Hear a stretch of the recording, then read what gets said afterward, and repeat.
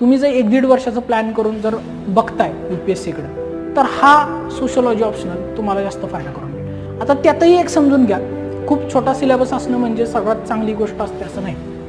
बऱ्याचदा असेही काही ऑप्शनल आहेत त्यांचे खूप छोटे छोटे सिलेबस आहेत, पण ते म्हणतात ना गोमुख व्याघ्र प्रकार असतो, म्हणजे दिसताना गायीसारखे भोळे बाबडे दिसतात पण वाघासारखं त्यांची व्याप्ती असते किंवा किचकटपणा असतो. सोशलॉजी तसं नाही आहे, अतिशय क्लिस्टर क्लिअर आहे. त्याचं म्हणजे ते नारायण सुर्वे यांच्या शब्दात बोलायचं झालं, जसा मी शब्दात आहे, जसा मी जगत आहे तसा मी शब्दात आहे. जेवढा तुमच्या आयुष्याशी निगडीत आहे ना सोशलॉजी, तसा डायरेक्ट शब्दात आहे, आणि जसा शब्दात आहे ना तसा पेपरमध्ये.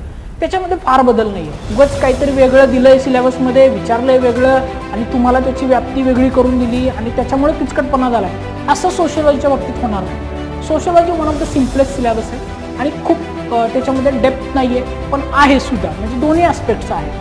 खूप किचकट नाही तरी सुद्धा इम्पॉर्टंट आहे आणि ते